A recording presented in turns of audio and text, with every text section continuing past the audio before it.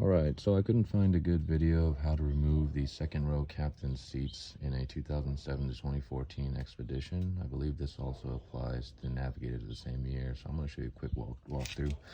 All you need is a 15mm socket, a couple of screwdrivers. I'll show you where that comes in later, and maybe some little pry tools, but you don't necessarily need this. Alright, first step is just fold the seat forward.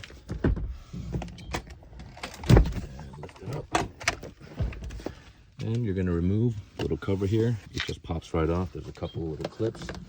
Just use a little force. Hopefully you don't break them. Maybe you will. This is where the little clips come in handy. Manage to not break them. And underneath, you're going to see the connector for the heated seats if you have them, which you can undo. And there's also a small little clip here holding that in place. You can pry it off. Frankly, you can break it if you want to, but I'm gonna pop it off. All right, then you're gonna go in here, just a couple of 50mm bolts.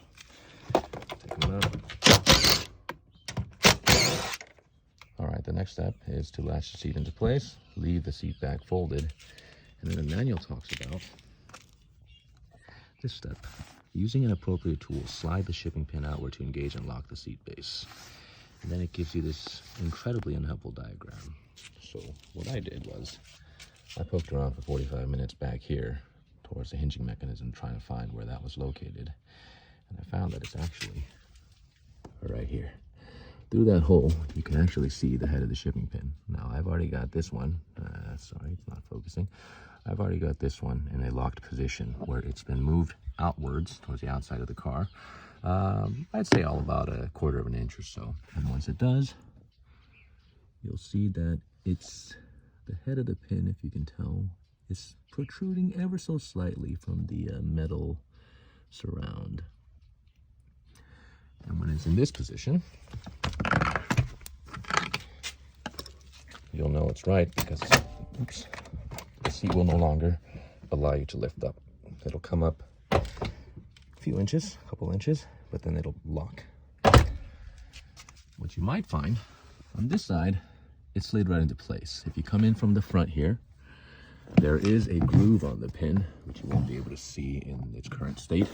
There is a groove where you can put a flat blade screwdriver and simply push it this way so that it comes outward.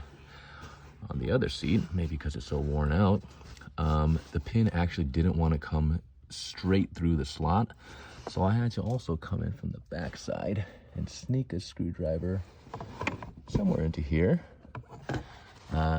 just to kind of guide it outward and make sure it came through, because it wouldn't actually engage. So make sure once it's in its quote-unquote outward position that it actually is protruding ever so slightly, about 1 millimeter or so beyond the surrounding metal.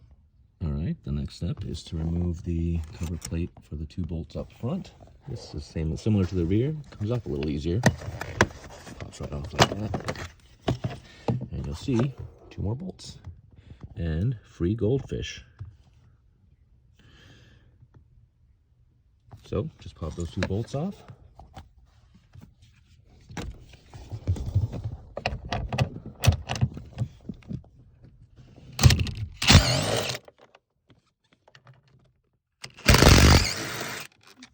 All right, and now with the firm grasp on the seat, remember to unlatch the rear.